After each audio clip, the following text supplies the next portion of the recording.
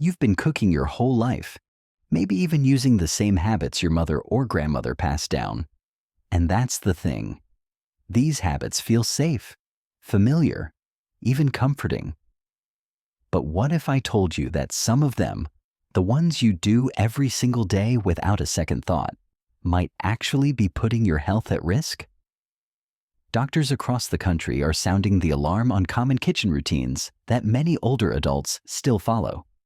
From reusing cooking oil to washing raw chicken, these normal habits could be silently raising your risk for high blood pressure, foodborne illness, or even long-term inflammation. It sounds unfair, doesn't it? The very things we do to care for ourselves and our families, those quiet everyday acts of love in the kitchen, may be doing the opposite of what we intend. In this video, we're digging into 10 of the most overlooked but dangerous kitchen habits, especially for adults over 60. And more importantly, we'll talk about simple ways to change them without giving up the foods or routines you love. 1. Reusing cooking oil. It seems harmless enough. You fry up a batch of chicken or bacon, and instead of tossing the oil, you pour it into a jar or can thinking, no need to waste it, it still looks fine. That habit has been passed down for generations. Your mother did it, her mother did it, and maybe you've done it your whole life. But here's the truth. Reused cooking oil isn't just old, it's harmful. Every time oil is heated to high temperatures, its structure changes. It starts to break down and release compounds called free radicals. These aren't just fancy science words. Free radicals have been directly linked to inflammation, oxidative stress, and damage to blood vessels. That's a big deal, especially for older adults already managing conditions like high blood pressure or heart disease. Even worse, repeatedly heated oil can form toxic compounds like aldehydes and acrylamide, both known to increase cancer risk. And no, filtering the oil doesn't make those compounds go away.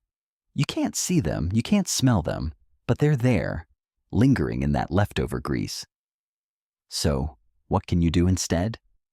It doesn't mean you have to give up frying altogether, but try this. Use oil only once or twice. Store it in an airtight container away from heat and light, and if it smells off, looks dark, or has a sticky texture, it's time to toss it. You can also switch to oils that handle heat better, like avocado oil or refined sunflower oil. They're more stable at high temperatures, meaning fewer harmful compounds are produced when you cook.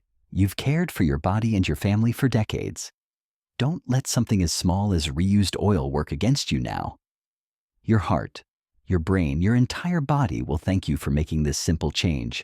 Now, if oil is quietly harming you from the frying pan, wait until you hear about what's not being cooked enough. 2. Not using a meat thermometer. You've been cooking meat for 50 years. Roast chicken, pork chops, steak. You know how to tell when it's done, right? You poke it, you look at the color. If the juices run clear, it's safe. At least, that's what we've always believed. But here's the catch. Your eyes can lie. That golden brown chicken leg might still be raw on the inside. That juicy pork chop that looks just right might not have hit the temperature needed to kill bacteria. And unfortunately, color isn't always a reliable sign of safety. According to the Centers for Disease Control and Prevention, nearly 1 in 6 Americans gets sick from foodborne illnesses every year. That's over 48 million people. And the ones most at risk for serious complications? Older adults. Our immune systems weaken with age. A stomach bug at 30 might just ruin your day. At 70, it can put you in the hospital. The most common culprits? Undercooked poultry, ground beef, and pork. And the only way to truly know if your food is safe is to use a meat thermometer. Not guess, not eyeball. Measure. Here are the safe internal temperatures, straight from the USDA, chicken and turkey. 165 degrees Fahrenheit ground meats. 160 degrees Fahrenheit. Whole cuts of pork, beef, lamb, 145 degrees Fahrenheit, then rest for 3 minutes. A digital meat thermometer costs less than $10. It takes 5 seconds to use, and it can save you from days of stomach pain, or worse. Think of it this way. You check your blood pressure, your blood sugar, your cholesterol. Why wouldn't you check your dinner?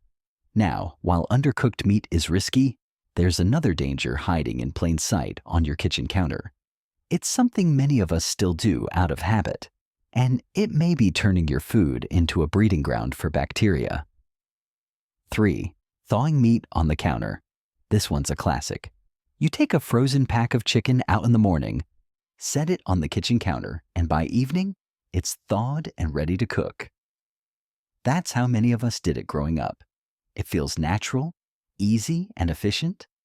But here's the reality. Leaving meat out at room temperature for hours creates the perfect environment for bacteria to grow. In fact, it's exactly what bacteria want. Between 40 degrees and 140 degrees Fahrenheit lies what food safety experts call the danger zone. That's the temperature range where bacteria multiply the fastest. And your kitchen counter? It's usually around 70 degrees. In just 2 hours, harmful organisms like Salmonella and E. coli can begin to grow on thawing meat, and that growth doesn't stop once you start cooking. Some bacteria release toxins that survive even when the meat is fully cooked. It's a hidden risk that becomes more serious as we age. Older adults are more susceptible to severe foodborne illnesses because of changes in digestion and immune function. What used to be a minor stomach ache could now become a multi-day illness or even require hospitalization. So what's the safe way to thaw meat? Option 1. Place it in the refrigerator the night before. Yes, it takes longer, but it's the safest method. Option 2. Use the defrost setting on your microwave if you're in a hurry. Option 3. Submerge the sealed package in cold water, changing the water every 30 minutes until thawed. Whatever you do, avoid the countertop. It's just not worth the risk, especially when safer methods are simple and available. If thawing meat this way seems outdated, wait until we talk about the next habit, a ritual many of us still swear by, one that experts say is completely unnecessary and even dangerous. 4. Washing raw chicken. This one might surprise you, because for decades, washing raw chicken was almost like a sacred ritual in American kitchens. You take the chicken out of the package, rinse it in the sink under cold water, maybe even rub it with a little lemon or vinegar. It's what your mother did, what you've done for years. You were taught that it was the clean and responsible thing to do. But here's what food safety experts and the United States Department of Agriculture are saying now. Don't wash raw chicken. Ever. It feels counterintuitive, doesn't it? After all, raw meat feels slimy, and rinsing it seems like common sense. But washing chicken doesn't remove harmful bacteria like Salmonella or Campylobacter. Instead, it spreads them.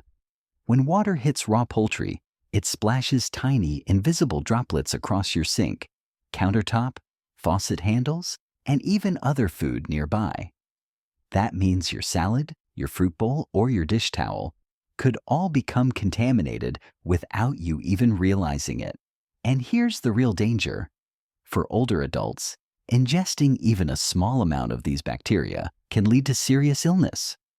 What might be a 24-hour bug for a teenager can turn into a dangerous infection for someone in their 60s, 70s, or 80s. You've probably noticed, you just don't bounce back from stomach bugs like you used to. So, what should you do instead? Simple. Skip the rinse. Just take the chicken out of the package and place it directly into your cooking pan or baking dish. Then, wash your hands thoroughly with warm, soapy water for at least 20 seconds. And after handling raw chicken, wipe down all nearby surfaces with disinfectant.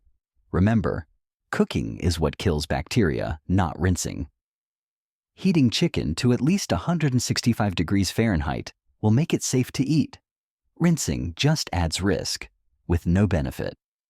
Old habits die hard. But letting this one go might just protect you and your loved ones from something far worse than a messy sink.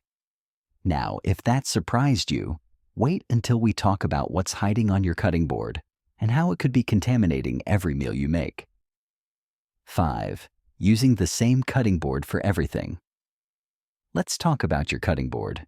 If you're like most people, you probably have one favorite board you use for everything: meat, vegetables, bread, even fruit. It's convenient. It saves space.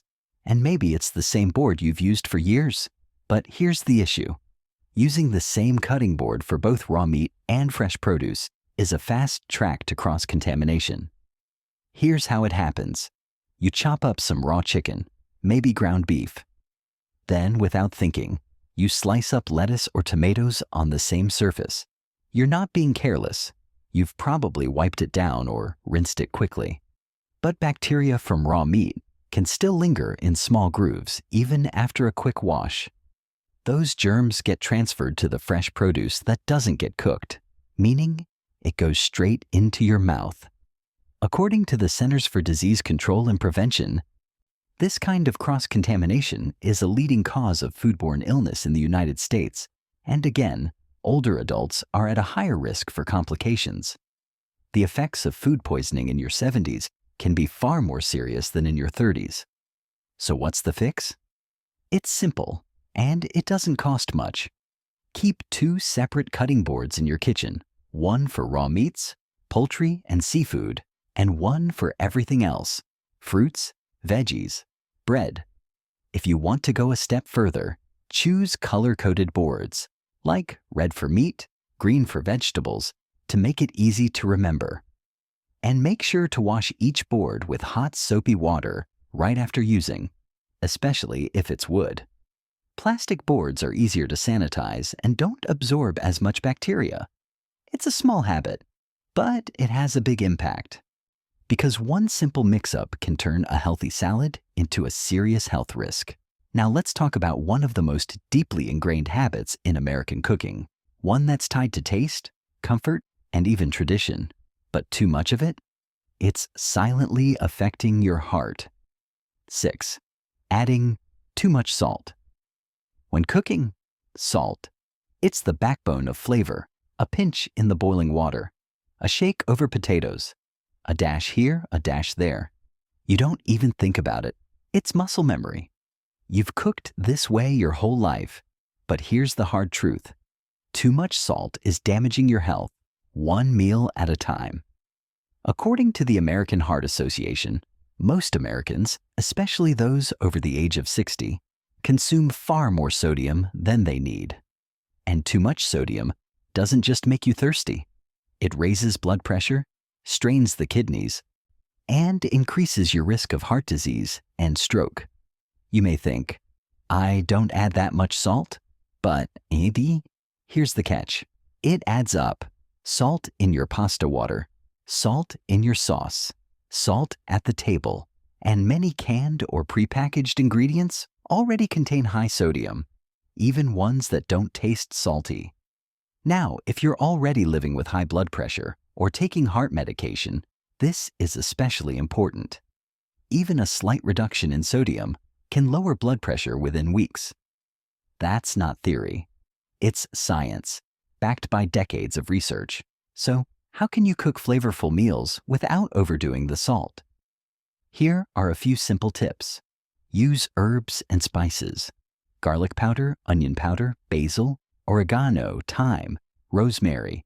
These bring depth without raising your sodium. Try a splash of citrus. Lemon juice or vinegar can brighten a dish and mimic the pop salt usually gives. Switch to low-sodium broths or canned goods, and always check nutrition labels. And most importantly, taste before you add. You might not need as much as you think. Think of this change as an act of love for your heart, your brain, your future. It's not about losing flavor. It's about cooking smarter. Because the next habit, It's what we often do to those poor vegetables, and it's stealing the very nutrients we need most as we age. 7. Overcooking vegetables. If you grew up in a traditional American household, chances are you were taught to boil vegetables until they were soft, maybe even mushy. Green beans turned a dull olive color, carrots lost their snap, and broccoli became something you could mash with a fork. That's just how things were done. It was well cooked, easier to digest, and the safe way. But here's the thing. When we overcook our vegetables, we're cooking the nutrition right out of them. Vegetables are packed with vitamins like vitamin C, B-complex vitamins, folate, and powerful antioxidants. But many of these nutrients are water-soluble and highly sensitive to heat. That means when you boil your veggies too long or steam them until they lose color, you're not just softening them, you're draining their health benefits. Why does that matter? Because as we age, our bodies need those nutrients more than ever. They help protect against inflammation, boost our immune system, and keep our mind sharp. Losing them means losing one of the easiest defenses we have against age-related health issues. The good news? There's a better way, and it's simple. Try these methods instead. Steam lightly. Just a few minutes until the veggies are bright in color and still have a bit of crunch. Sauté. A quick toss in olive oil with garlic or herbs can make them delicious and nutrient-rich. Microwave. Use a microwave-safe bowl with a little water and cover loosely. It preserves more nutrients than boiling. And remember, the color tells you a lot. Bright green, vibrant orange, deep red, those colors mean the nutrients are still there. Eating vegetables shouldn't feel like a chore. It should feel like feeding your future, one bite at a time. And speaking of the future, how long do you usually leave food out on the counter before putting it in the fridge? If it's more than 2 hours, we need to talk. 8. Letting food cool too long before refrigerating. You've just finished dinner. Maybe it's your famous chili or a hearty beef stew. It's still warm. The kitchen smells amazing and you figure, I'll let it cool before putting it in the fridge. I don't want to heat up everything in there. Sound familiar? It's something most of us were taught. Never put hot food directly into the fridge. It'll ruin the fridge, spoil the food, or mess with the temperature. But here's what food safety experts are now saying. Letting food sit out too long is far riskier than refrigerating it warm. Why? Because when food sits at room temperature for more than 2 hours, it enters what's called the danger zone, between 40 and 140 degrees Fahrenheit. In that zone, bacteria multiply rapidly. And if the room is warm, like in the summer, or with the oven on, it happens even faster. Here's the real concern. Even if you reheat that food later, some bacteria leave behind toxins that heat won't destroy. That means your leftover stew might look and taste fine, but it could still make you sick. So, what should you do? Divide large portions into shallow containers so they cool faster. Place food in the fridge within 1 to 2 hours of cooking. Don't wait until it's completely cool. Leave the lid slightly open for the first few minutes if you're worried about condensation. Then seal it tight. And no, it won't hurt your fridge. Modern refrigerators are built to handle it, especially if the portions are reasonable and well contained. You worked hard to make that meal. Don't let bacteria undo all your effort. But the food safety journey doesn't end when you refrigerate it. Let's talk about what happens when leftovers overstay their welcome. Number 9. Storing leftovers too long. You know the feeling? You open the fridge and spot that container in the back. Maybe it's from Tuesday night, maybe last weekend. It still smells okay, looks fine. And you think, I hate to waste food. So you heat it up and eat it anyway. But here's the truth. Some of the most dangerous bacteria don't change the smell or appearance of food at all. You can't taste them. You can't see them. but they're there, and they can make you very sick. According to the United States Department of Agriculture, leftovers should be eaten within 3 to 4 days. After that, the risk of foodborne illness increases significantly, even if the food has been properly refrigerated. Older adults are more susceptible because our immune systems aren't as strong as they once were. A little spoiled chicken salad might just give a 20-year-old an upset stomach, but for someone over 65, it can lead to dehydration, weakness, or worse. So how can you stay safe without feeling like you're throwing away good food? Label your leftovers with the date you made them. Use masking tape and a marker. Easy and effective. Follow the rule of 2 hours out, 4 days in. If you're not sure how long it's been sitting there, follow the golden rule. When in doubt, throw it out. And here's a tip. Freeze leftovers if you don't plan to eat them within a few days. That way, nothing goes to waste. Food is love, but love also means knowing when to let go. Now, if you're being careful with how long food sits out, what about how it's cooked in the first place? Let's wrap up with one final habit that's all about precision, safety, and peace of mind. 10.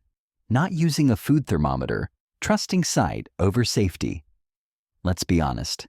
After decades of cooking, you've developed a sixth sense in the kitchen.